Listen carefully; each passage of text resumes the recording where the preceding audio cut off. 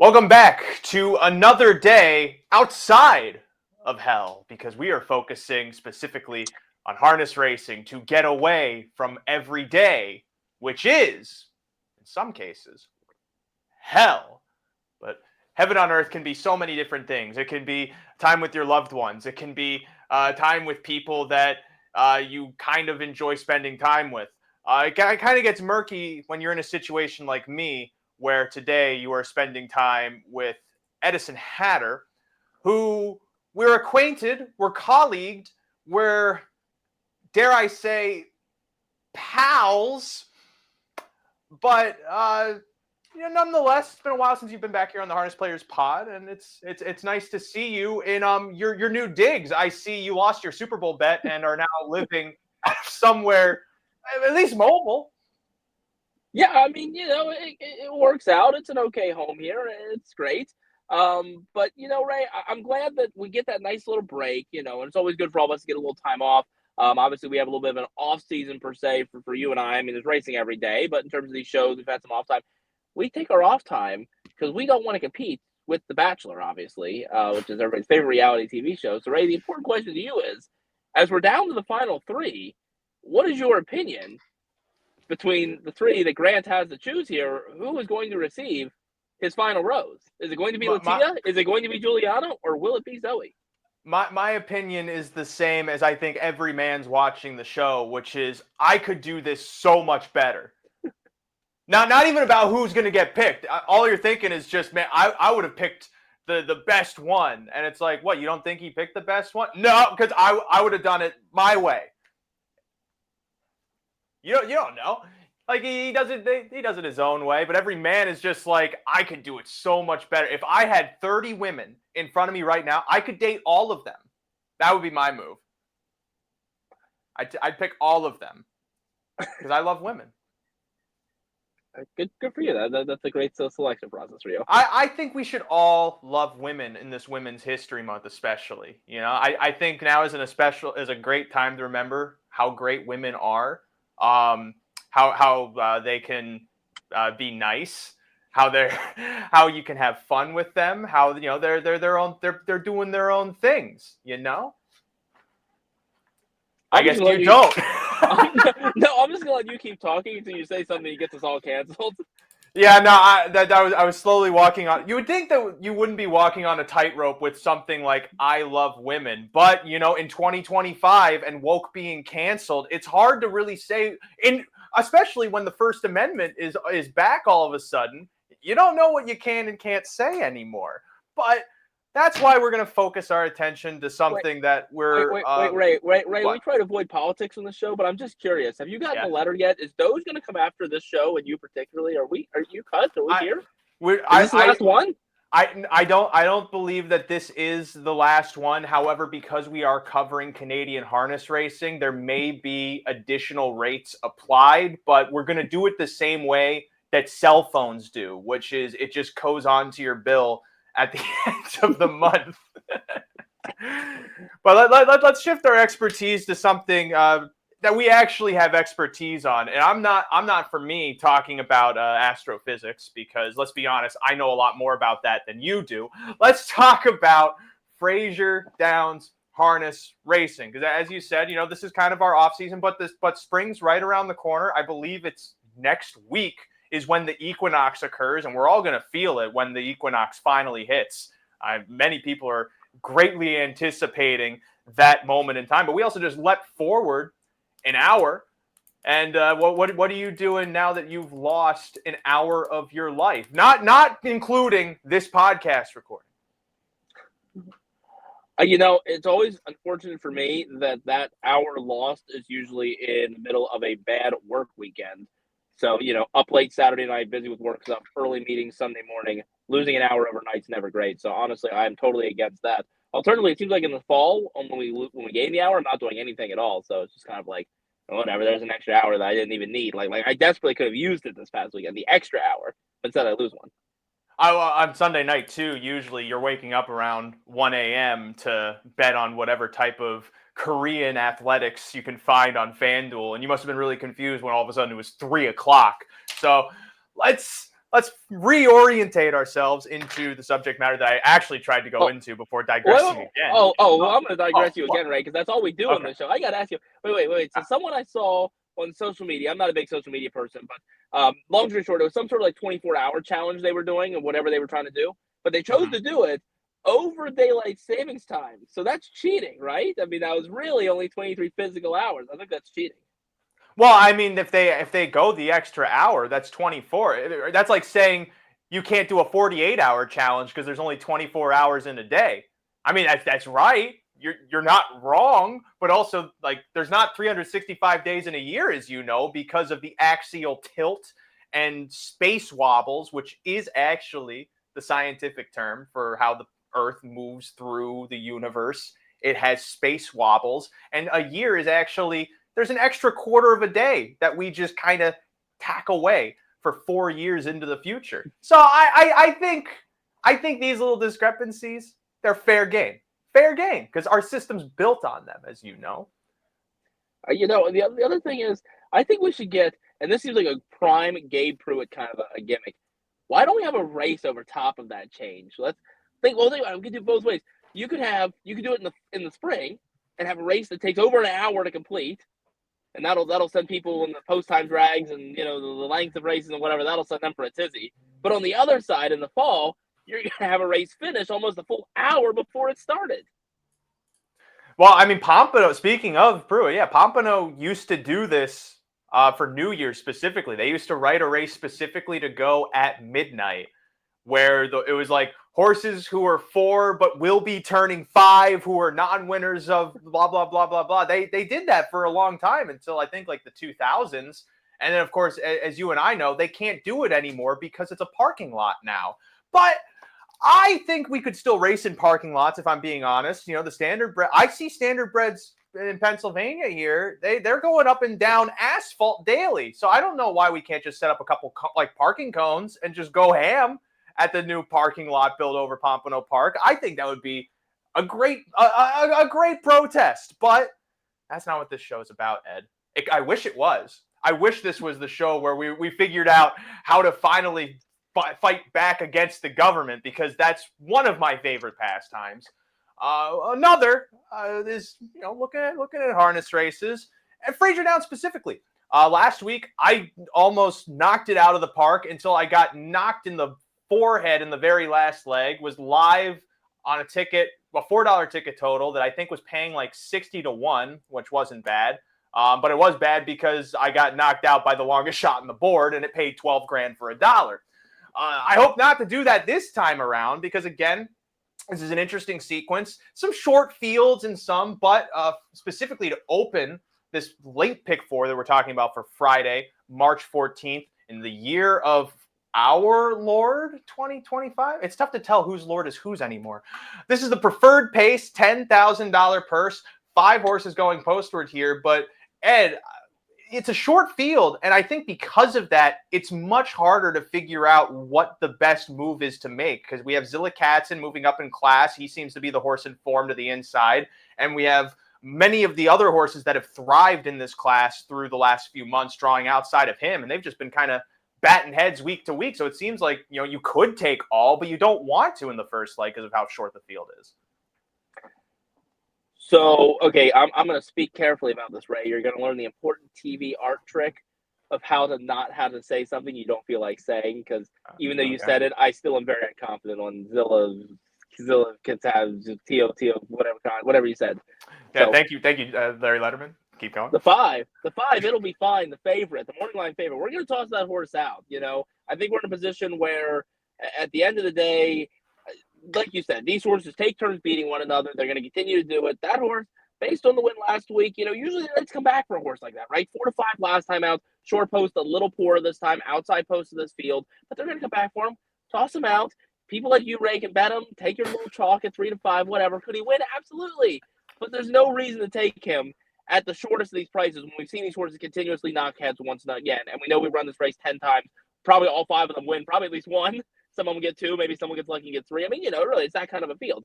So the 3, West Coast Beach. Of those 3 outside ones that we say are kind of knocking heads with one another, West Coast Beach draws inside of Rum and Raisins. It'll be fine. So we'll include the 3. And also the horse from the rail. horse. That 4-year-old Brown Gelding is really, I think been good in the last 2 starts. Has had the time off, has, really put together this win streak. Now, they may be betting against slightly easier competition. We can make the argument, but I think with the rail draw, this rail horse, this number 1 horse, has a really good chance to pick up a 3rd win so far this year. This is a horse for a driver, Brandon Campbell, who's 3 for 3 this year, potentially with a victory here. And again, end of the year last year with win.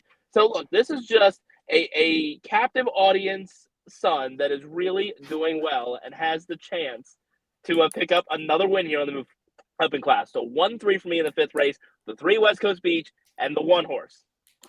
Well, I mean, he's probably the 1 horse because he is going to be a number 1 at the end of the day. I'm singling him as well. I'm kind of worried, though, that he is a son of captive audience. You don't know if that's going to translate to, the captive audience coming after him inside of the betting pool, too. I hope it'll be fine, plays to the 9-5 morning line, because he drew into the absolute perfect spot for me to want to pitch him. I don't think with all of the speed to the inside of him that he really has any chance to get forward and do well from that spot. I think his hand is forced to take back and hope something unfolds where he can swoop into action late. But the horses that are going to be ahead of him are sharp enough and capable enough to hold their own and keep him away, no matter how much ground he has to gain on them. So hopefully, I hope he's the favorite here because I think he's an incredibly vulnerable favorite. And I'm just going with, we're going to sound it out together, Ed. So just follow. I know you're always staring at my mouth and my huge supple lips, but please just look a little deeper and sound it out with me. Zilla cat. Okay, don't even bother. Don't even play along or do anything to enlighten yourself. I love hearing that from a scientist. So I'm just going to single the one. Fine, Ray. We'll try. Z la cat. Oh, okay. You're right. The C is silent. It's one of those phonetic tricks that the Mayans tried to play all the way back in 3000 BC. I'm singling the 1. You used whoever. The second leg is race 6, $12,000 claiming event. Right. I think this should be like Wheel of Fortune. Uh-huh. You only get to advance to race 6 if the 1 wins. Only the person that pronounced it correctly gets to advance. The other one's dead. Oh well, you used the horse, but you pronounced it wrong. The harness racing audience is already so small. We don't want to eliminate who we have left. Like instead of going to the window and saying, "I'll take 1-3 with 6 with 2-4." No, you gotta say, "I'll take Zazatzlin and West Coast Beach," and they'll review the video later and say, no, that was mispronounced, so no good. That's what you have to do in England, though. If you say, give me the TriCast on the 512, the teller's not going to know who it is. You have to say, give me a forecast of my Lord Derby over God forbid you have a horse that's like all consonants that's in a jumps race and you have to pronounce it. Ray, how much money did you lose at Cheltenham? Again, and you follow this way closer than I do, but how much money did you lose Cheltenham on, I believe, Tuesday on that horse? Enough that Peter Fornatal is not going to be able to fly home. He is going to have to stay there and earn his keep to get a plane ticket out of England, which I think is going to be a fun adventure. And I pitched to him, should be a podcast, but that's besides the point. Ray, the horse is 1-9. I'm going to teach you sometime about how to find value in this game. That's fine. We are going to move on to the 6th race, the second leg, because you and I are both book-learned people. We once learned how to read books. So we can pronounce that horse's name and get onto the next page. We don't just have to hit the arrow key to get to the next page. Interesting race here, though, too, because we have a class dropper on the far outside, the 6 horse waiting on a river, 9-5 on the morning line. I feel purely because he is dropping in class. I don't know if that's enough for me to use him, Ed. Is that enough for you? So I have a single in this race, and you see, it's ironic. It's kind of 2 different trains. It's the same train of thought, but at the same time, it's for different reasons. So we discussed in the 5th race, you mentioned it, and I agreed with it. It'll be fine. I threw the horse off. We threw the horse off for the same reason. Look, he's going to have to take back. He's not going to be able to rally from back there. He could, but it's not worth investing our money to find out whether or not that's going to happen. This race is probably the same scenario. Wayatton on a river is just kind of, consistently proven that he, really is not usually on the lead. On the outside post, we know he's not going to be on the lead. He, might pick 1 or 2 off, 6th, 4th, 5th, 6th, somewhere in that range. But it's the class drop that's key, Ray. I do think there's enough class here. This drop is significant. I think Wayatton finally gets back to the winner's circle. I think we can safely single the 6 here. I'm curious to see the price, though. I'm not convinced. Again, knowing how the trip's going to have to work out, though, I think class is more important than the trip here, considering how I think it's going to unfold. But knowing that you're not going to just comfortably cruise down the road at, 1-5 on the lead or something, I think that will play into the odds here. I think the morning line might be about right. It might be around that, 8, 7, 6, 7, 5, 8 to 5, maybe kind of range. I don't think we're looking at odds on favorite here. I don't think, purely based on that class drop. You could give me 90 to 1, and I would not give you the rent money for your motor vehicle on Waiting on a River. I'm sorry, Waiting on a River. I have to take it because I haven't been in an announcer's booth in quite some time. You probably are going to the Yonkers booth tonight, so you're working on all of your phonetics and sounding out, so I'm going to take your word for it. I think Waiting on a River is a liability if you take him inside of this race, just because of the draw. If he had an inside draw, I think it's a much tougher. There are less reasons to go against him because he can at least move into a tactical position. He has not shown himself to have real gate speed of late because he has been racing against tougher horses. So it could also be by the hand of Kevin Anderson to not want to get into the early scuffles with horses tougher than his own. But nonetheless, on the class drop, I don't feel that's enough when there are some pretty sharp horses to his inside that are going to offer much better odds. Bay Street Buddy, I think getting the pylon post is a great draw considering that he's usually one that likes to make some type of sweeping move in the middle or the end of the race. I don't really think post super matters for him, but the pylon post should put him into a spot that he can at least work from. He was only just a head short when he had to go first over, which sometimes is the only issue with landing that post position is you land like third or fourth of the pylons. And so your hand is going to have to be the first one forced to move outside.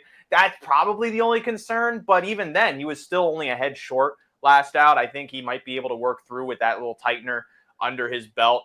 The 2 Are You Crazy, I think, is some interesting speed. He's had to take back in his last few starts. That's because he's had faster horses to his inside. And you look down the page, he's been able to get towards the lead or close to the lead when he has a couple of starts under his belt. And so I think he might be a sneaky one at a bit of a price to at least be in the right position.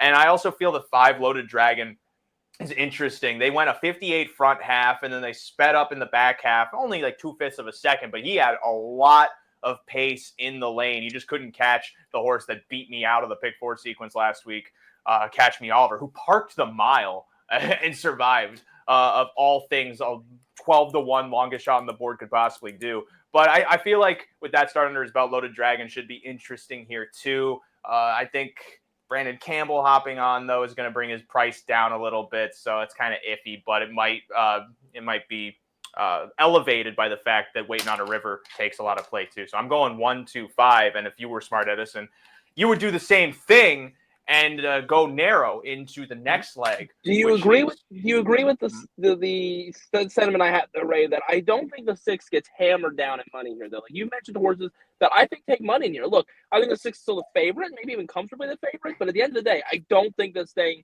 let's put it this way, he's a much shorter price if he draws the rail or posto.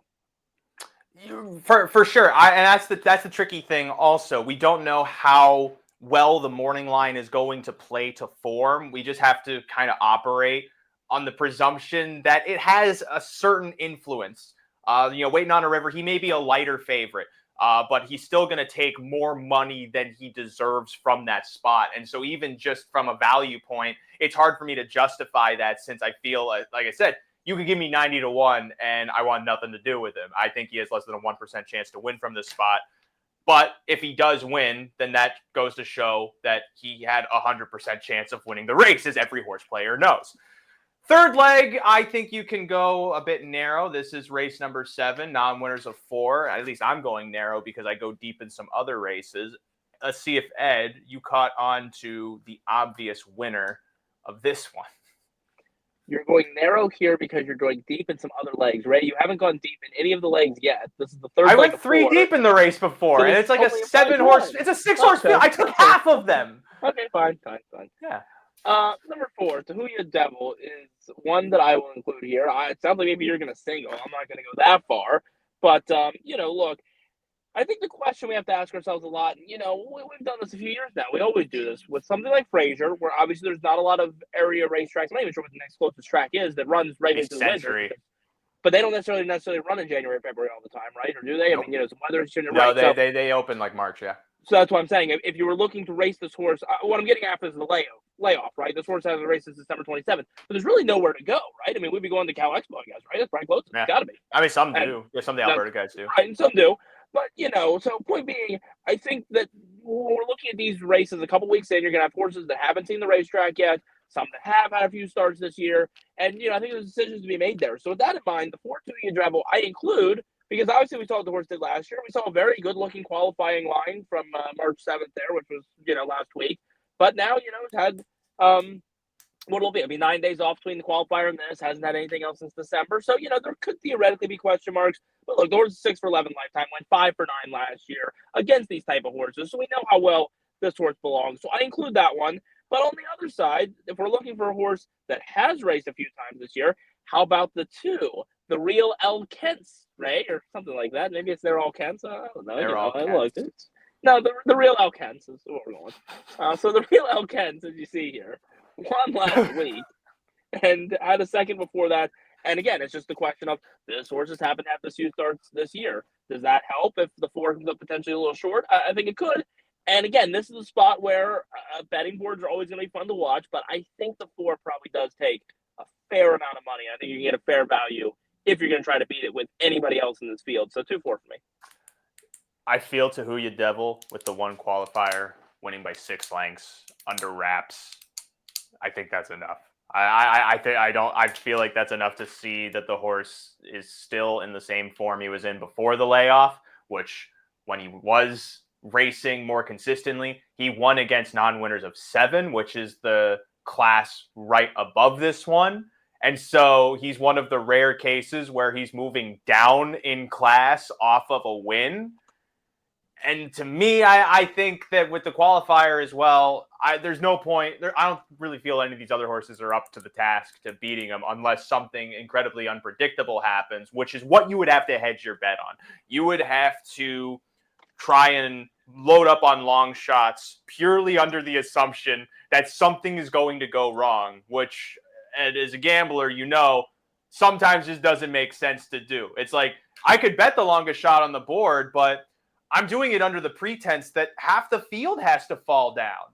It doesn't work that way. Same thing in like stock market too, where you want to bet this company has an earnings call coming up and oh man, soap didn't sell well this quarter and that you don't know how the revenues flow. And so you're taking a huge gamble, or like even if you're investing in you're investing in a company that makes fire materials to light stuff on fire, and all of a sudden you're seeing, wow, there's a lot more fires going on. Should I buy more of the company that's setting the planet on fire? Like, it doesn't work. It doesn't necessarily work to try and go against something that feels like you need a lot of unpredictable things to occur. But at the same time, if you're right, it's a huge reward. So that's the coin flip between that, but I feel like it's a not a certainty, but the probability is less reflective of a coin flip. The Tahuya Devil's going to do well here. I feel like I'd put this horse probably at like 2-5 on my value line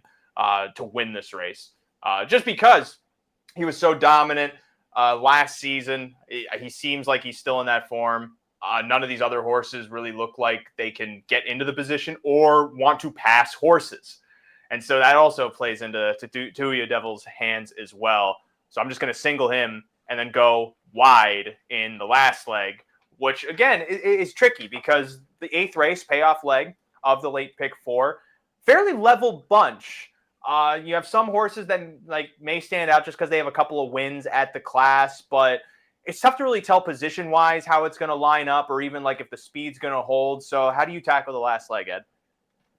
So I agree with you that you could go deep here. I think the difficulty, especially looking at the ticket that I've constructed thus far, is there is a chalky version of this that's not going to pay a lot. So I like the idea that, I've included horses that are perhaps obvious. If they all win, probably going to break even. We'll call it a day. But, there are other horses on there that if they pull the upset, I think we have the opportunity, obviously, for a much better payout. And that's kind of the theme throughout the whole ticket, and it's going to continue here. 2, Billy Buxton was pretty impressive in victory last week. Sat the pocket, took care of business, could win again. Now, was actually the second choice in that race. 2, the other horse that I'm going to use, Not Hidden Motivation, who last week was on the lead and ended up finishing second to Billy Buxton, but as the 1-2 favorite. So now, Not Hidden Motivation is going to have to through the outside post. You invented a D in the middle of that.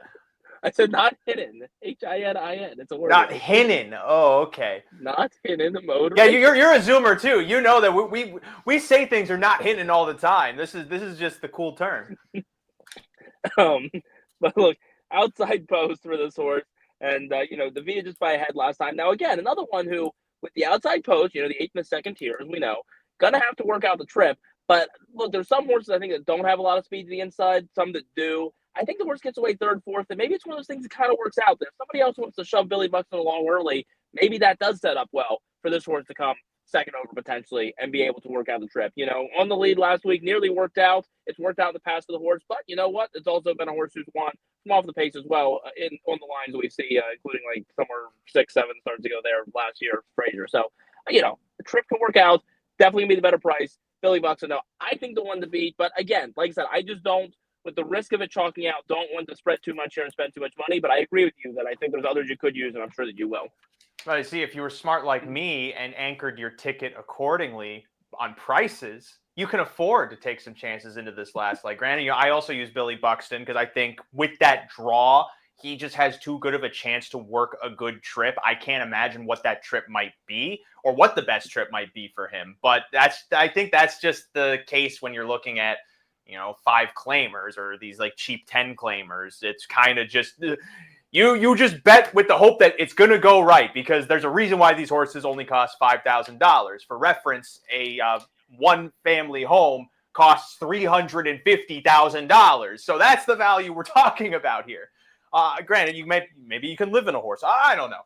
But Billy Buxton, I think, makes a lot of sense, but I can't reliably single on him the same way I can to Who You Devil. I'm kind of interested in Chase Me Forever because he just had a lot of late speed off of a slow front half, which that may have aided him in closing in that back half last out. But I think he's an interesting one in case the race falls apart. 6-1 the morning line. I think also he's not going to get play. He's usually 40-1, 20-1. So Will Pay's probably going to be really nice on him if we make it there. And then speed-wise, the 6, Chase Mink, If You Dare, I think is probably going to get into that forward spot. But the same thing with Not Hidden, or whatever rap song he's named after. I would like you to know, Ray, I'm Googling right now just to prove it because I know that everything exists in the world. Hidden is actually saying H-I-N-I-N is an outcast group in ancient Japan, more specifically during the Edo period of Japanese history, 1603 to 1868. So there you go. Oh, that's not good. I'm making light of an ostracized group during the Edo period of feudal Japan. If I learned anything in journalism and broadcasting school, they warn against specifically doing that. So I'm gonna have to go do an apology podcast after this episode, I think. But to close my point, I think the 6 is going to be forward, but much like the 7, they would do much better if this was a 7/8 of a mile race than an 8/8 of a mile, which some may also call a mile race. They don't hold in the stretch. They cave to whatever pressure comes at them, and maybe that's to the benefit of Billy Buxton or Catch Me If You Dare, the 4-horse, or Chase Me Forever, the 4-horse, or whatever. And just give us your ticket because you have to move out of this no parking spot before you get towed. What are you playing? 1-3 with 6 with 2-4 with 2-7. Now that is an $8 ticket, and really when I play that $8 ticket, the record just show that I'm investing $11.55 into the Canadian economy in Canadian dollars. Well, again, tariffs, we don't really know how that accounts. The U.S. government might keep like a portion of that so that way they can, I don't know, buy a helicopter. I feel like America has a lot of helicopters. I see them flying all the time around me, and they might have spotlights on my house, but that's for an entirely different discussion. My ticket is 1 with 1-2-5 with 4 with 2-4-6 for $1. It's $9. It's the most expensive ticket I've given this season on the Harness Players podcast, and know that I am sorry about that. There is nothing I can do. My hand, My hands are tied. They've been tied this whole episode, and that's the only reason why Edison Hatter has been on here. He's been forced onto me as my guest this week, and I cannot get away from him. So, Ed, thank you for holding me hostage for this week's episode of the Harness Players podcast. Anything you'd like to say before? I think you're getting towed right now. I didn't know they could tow you while you're in the car. That my future lawyers should probably look back at the evidence of the audio-only podcast on like October 4th, 2021, which was the first time you were ever on the show with me, and I think you also claimed you were being held hostage. No, it was a pleasure back then. Before I got to clarify that nobody is being held hostage for legal purposes. It was a pleasure back then. Before I knew that being your friend also meant getting 4 a.m. tips about Indian cricket, where you could get plus 300 on the Abu Dhabis or whatever teams they have over there. You're locked. You know these things. I don't know any of it. And granted, that might mean you're a more worldly person than me, which I am jealous of. But I'm still not betting 4 a.m. cricket. There's 10 a.m. cricket this week. Is that later? Is that good enough? Is it time of day or is it cricket? Well, if it's, are you saying 10 a.m. our time or 10 a.m.? Because that seems early to start. 10 a.m. here. 10 a.m. here. So that. Oh, here, but overseas, yeah. If you're betting England, that's like. Yeah, 4 or 5 p.m. Yeah. You think 10 a.m. is 4 p.m. in England? 3 p.m. It is. No, it is. Well, yeah, it's 3 p.m. right now because their daylight savings time is like jagged by ours by like a few weeks. So there's like a few weeks where they're 5 hours ahead of us instead of 6. We're going to talk more about the geopolitics of this time difference in next week's episode, so you don't have to be held up on that. Edison, thank you for joining on this week's episode of the Harness Players podcast. And anything you would like to remind people of that you do, or do you just want to go? Watch Yonkers Borgata series. Oh, actually, yeah, I guess I should probably give the proper statements, right? Borgata series starts Monday, March 31st. Blue Chip Matchmaker begins Friday, March 28th. New idea, new concept. Friday finals this year. Friday, May the 9th, the finals of the Borgata and the Blue Chip Matchmaker. Obviously, let's kicks off Grand Circuit season. Ray, something, we'll discuss in greater detail when we have more time in future episodes. But first graded stakes ever in harness racing. So we have graded stakes this year to North American harness racing. So it'll be the first finals. There'll be, I believe, both grade ones. I believe that's correct. Might be grade two, maybe for. No, I believe both grade ones. I think that's correct. Yeah, I think both grade ones. First 2 grade ones in the history of harness racing, and obviously all sorts of races all over the country will be graded the rest of the season. So I think that's a really cool addition, especially our thoroughbred listeners should be hopefully more confident in the future. It's going to feel weird, but I'm kind of looking forward to being able to say, yeah, look, this is a 2-time Group 1 winner this year or whatever. But it does. It brings us in line with the rest of how the world thinks, right, when it comes to this kind of stuff. So it'll be cool. And, let's just hope that, Ray, you work in Kentucky. I'm telling you, I'm going to start raising a ruckus. I want less qualification points for the Harness Kentucky Derby if that Kentucky field only has 5 horses in it instead of our 8 and 9s that we have in New York. I'm just saying. Look, I may be the guy on TV that everyone associates with the racetrack and says that he's that racetrack, but I have no pull. I got no pull. I have a suggestion. They say we're doing this. I go, that's awesome. Even though Ed, sometimes I'm like, I think it'd be better if we did this idea this way, but it's not my job. It's not my job. Is it? Is it my job? That's for you to decide at home, listener. What do I do? I don't know. But thank you for listening to this week's episode of the Harness Players podcast. Hopefully you do well at Fraser Downs. And if not, well, there's always next week and more Fraser Downs. And also Oak Grove, which opens on Monday, March 24th. And it'll have my more attractive head of hair on the show. Ed's going to be somewhere. You're going to not see his face. You're going to only hear his voice, much like me, inside of my nightmares. You will see me on TV somewhere because I'm going to go find a women's NCAA tournament game. That'll be the round of 32 that day. I'm going to go to and going to hold up a sign that says I'm better than Ray Cotolo or something while I'm at said game. Which I think is probably the best use of specifically your time.